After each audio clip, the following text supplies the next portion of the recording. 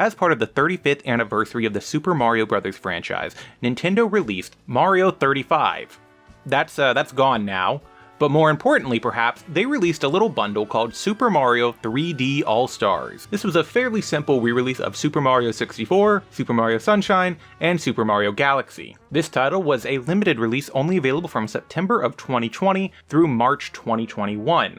This bundle is notable for being among the first re-releases of first-party Nintendo 64, GameCube, and Wii games by Nintendo themselves, once again, for 6 months. However, 6 months after the game was discontinued, Nintendo announced they'd be releasing the Nintendo Switch Online Plus Expansion Pack subscription. This pissed people off a lot, with some of the extra incentives being Nintendo 64 games, of which Super Mario 64 would be included in the launch titles the following month. Now, if we jump to the day after April Fools of 2025, Nintendo officially did their unveiling of the Nintendo Switch 2 system, and it would be revealed that subscribers to the expansion pack would also be able to play GameCube games. However, at the time I'm making this, be aware Mario Sunshine has yet to join the service. Now, as part of the 40th anniversary, Nintendo has announced that Mario Galaxy 1 and 2 will be joining the Nintendo Switch family of systems on October 2nd. And this raises the question, is Super Mario 3D All-Stars now a pointless release? To which I have a question to ask you. Do you consider yourself an Alphagamer?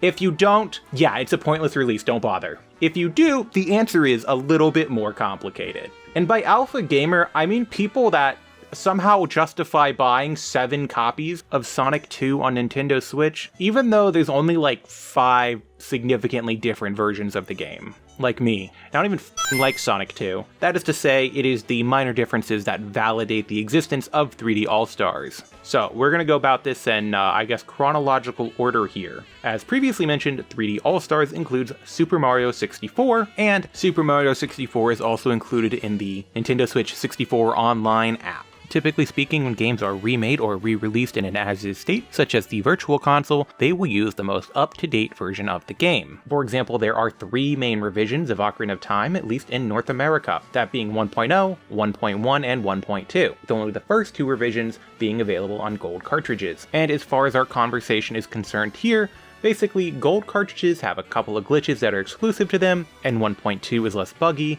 and has a couple of instances of censorship. 1.2 would generally serve as the basis for future re-releases, including the GameCube, Virtual Console, and Ocarina of Time 3D. And as far as our conversation regarding Mario 64 goes, the version of Mario 64 included in 3D All-Stars is based off the Shindo release. This version notably adds rumble support, fixes several glitches, most notably the backwards long jump, and Mario no longer uses certain voice clips, plus like an extra Easter egg. This version of Mario 64 also includes updated textures, most notably the HUD and on Mario himself.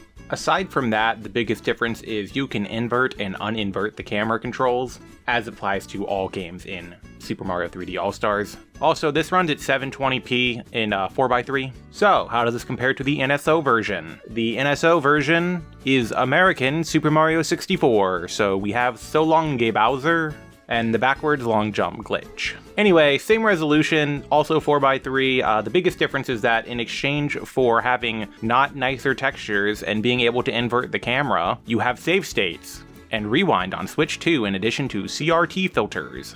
These are pretty similar. Up next, we have Super Mario Sunshine for Nintendo GameCube. This is currently the only way to play Super Mario Sunshine on a Nintendo Switch or Switch 2 system, until they eventually put it on Nintendo Switch 2. Basically, the entire game is being emulated, so it would seem to be theoretically they could have done GameCube on Nintendo Switch 1, however it's also likely that this emulator was extremely tailor-made for Super Mario Sunshine, a similar situation to what was going on with the 64 Zeldas on the GameCube. Alright, so let's go over what 3D All-Stars adds. The game is now in 16:9, and it runs at 1080p. Pretty cool. Notably, this is the PAL version, so this was modified from running at 25 Hz back to 30, which has apparently caused a couple of issues, but whatever. Aside from that, this has higher resolution pre-rendered video, even if it is kind of awkwardly cropped, and audio is kind of poorly sliced together to remove mentions of specific buttons. Also, they have you talk to NPCs with A instead of B. I don't like that. Also, if I did not mention it earlier, it